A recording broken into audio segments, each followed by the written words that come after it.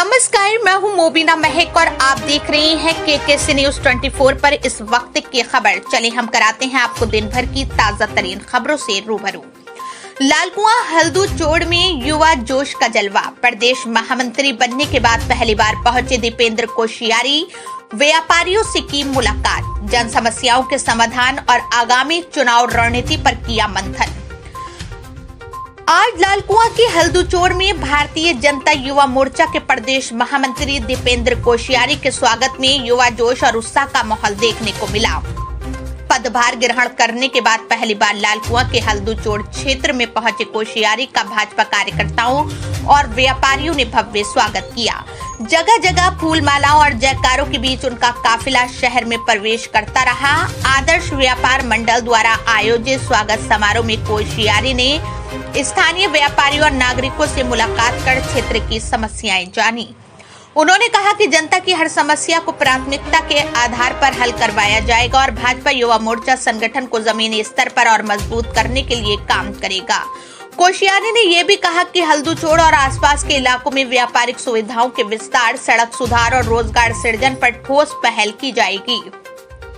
इस दौरान व्यापारियों ने राष्ट्रीय राजमार्ग पर मानक विहीन कटों से हो रही दुर्घटनाओं का मुद्दा उठाया, जिस पर दीपेंद्र कोशियारी ने आश्वासन दिया कि वो जल्द ही एनएच अधिकारी और जिला अधिकारी से मुलाकात कर इसका स्थायी समाधान करवाएंगे। स्थानीय राजनीतिक सूत्रों के अनुसार कोशियारी का ये दौरा केवल औपचारिक नहीं बल्कि 2027 विधानसभा चुनाव की दिशा में रणनीतिक कदम भी माना जा रहा है।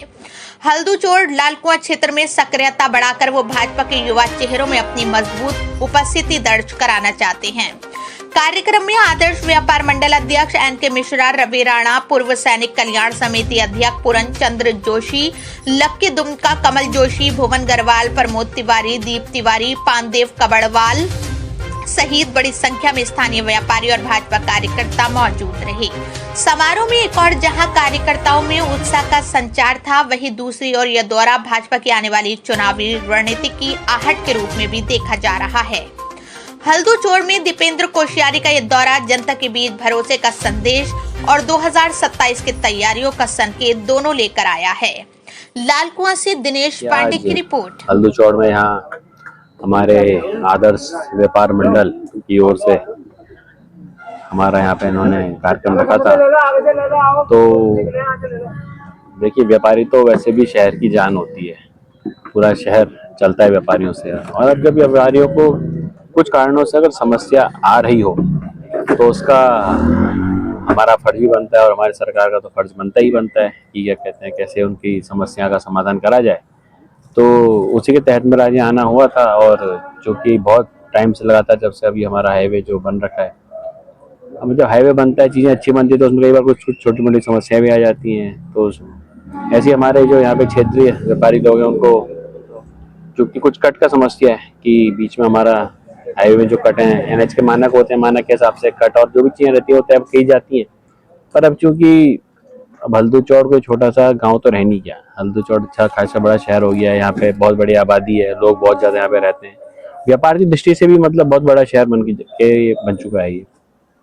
तो उसमें कुछ समस्या आ रही हैं, तो आगे मैं कोशिश करूंगा कि चाहे हमारे अभी आने वाले समय पे डीएम साहब से इस पर बात करी जाए और एनएचआई के जो भी अधिकारियों से बात करी जाए, जिससे प्रॉपर तरीके से, ऐसे नहीं कि कट जहाँ कोई चारा खुल जाए, ऐसा भी नहीं करना है। क्योंकि भी बीच में पहले भी कट वो खुला ही था, बट कुछ कारणों से बीच में घटना भी हो गई थी। अब जितना व्यापारियों की चिंता है उतनी किसी जान की भी चिंता है। तो आगे आने वाले समय पर कोशिश करी जाएगी कि इस तरीके से बात हो कि हर तरीके से व्यवस्थित तरीके से, एक प्रॉपर तरीके से, कि कैसे यहाँ पे मानकों के तहत कि व्यापारी को भी समस्या ना हो, आमजन को भी समस्या ना हो, और सभी को सुव्यवस्थित तरीके से कैसे यहाँ पे कट हो, या चाहे सड़क में जिस तरह से बात की जाए, चौक बनाने की, जिस तरह से भी जो लाइटनिंग अभी लाइटें लगी वो भी चल नहीं रही है सुनने में। तो ये सब चीजें जिससे जनता को समस्या आ रही है, उसका निस्तारण जल्द से जल्द करने की मैंने आज यहाँ पे बात रखी है। और इसी के तहत मैं बहुत जल्दी हमारे जो सरकार के अधिकारी उनसे मैं बात करूंगा।